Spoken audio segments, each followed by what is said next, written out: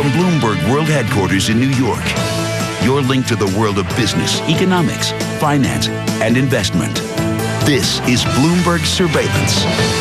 But we do want to bring you some earnings that just crossed the wire. Southern Company, the largest electricity distributor in the U.S., just reported earnings per share adjusted of 66 cents. That misses the average analyst estimate of 68 cents. It excludes some one-time charges, including charges linked to a project for Mississippi Power. This is something the company had kind of warned on yesterday. Revenue rose 1.6% in the period, Tom, to $4.25 billion. That, too, missing the average analyst estimate of $4.3 billion. Well, it's an earnings report from Southern Company. Of course, they've done so well the last decade. Alan Beattie is CFO of the Southern Company. It generates electricity for much of the South. And they consider, well, a nuclear renaissance as well as part of their capital exposure. Of course, the real story is solid dividend growth and a yield of 4.47%.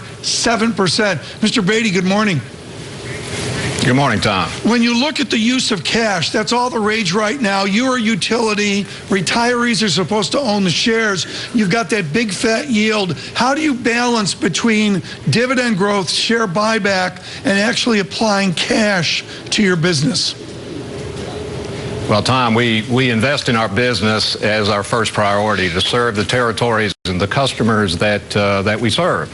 And so that demands a lot of cash on our part. So we're a great dependent upon the capital markets. And as those capital market investments are recognized in our rates, they turn into cash, which we in turn reflect those back to our investors in the form of dividends. If there's a wrap on Southern Company with your 2 decades of excellence as you carried the boom of the South on your backs, did really well as Atlanta and other cities exploded in growth, now they're not. What is the new Southern Company going to look like? Well, Southern Company serves a very vibrant territory. We think the Southeast traditionally grows at a rate faster than the national average.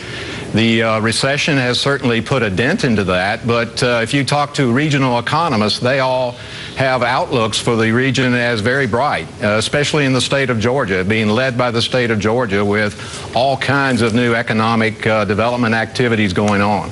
Yet, in the near term, you are experiencing some challenges in Georgia with the rainfall, the second most rainfall in 50 years. It's something that you talk about in the press release on the earnings. The rain is not expected to let up. How do you see that affecting the third quarter? Well, the rainfall has certainly lowered the average use of our customers, and that's reflected, that's most of our 2-cent miss in the second quarter. But rainfall has another effect. It actually dampens economic activity. People don't go to the beach. People don't go to amusement parks and things of that nature. So it's more than just its effect on temperature. It has a wider, broader effect, but that's certainly temporary in our view. How friendly do you find the Obama administration in your quest to find cheap and reliable energy and build nuclear plants?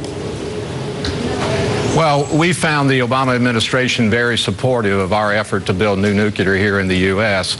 That's reflected in a lot of different ways, and we continue to work with the Department of Energy and are very optimistic that we'll be able to close some of the loan guarantees that the Department of Energy offers for new nuclear development here in this country. Art, you also provide wireless communication services in your utility territory. Any plans to sell that off or spin it off? Not really. Those particular assets are an integral part of our service to our customers. If you go back to Hurricane Katrina, our proprietary communication network was the only one standing at the end of the day, and that allowed us to restore service as quickly as possible to all of our customers who were impacted by that storm. Mr. Beattie, thank you so much. He is the Chief Financial Officer of the Southern Company. Well, coming up on Bloomberg Surveillance.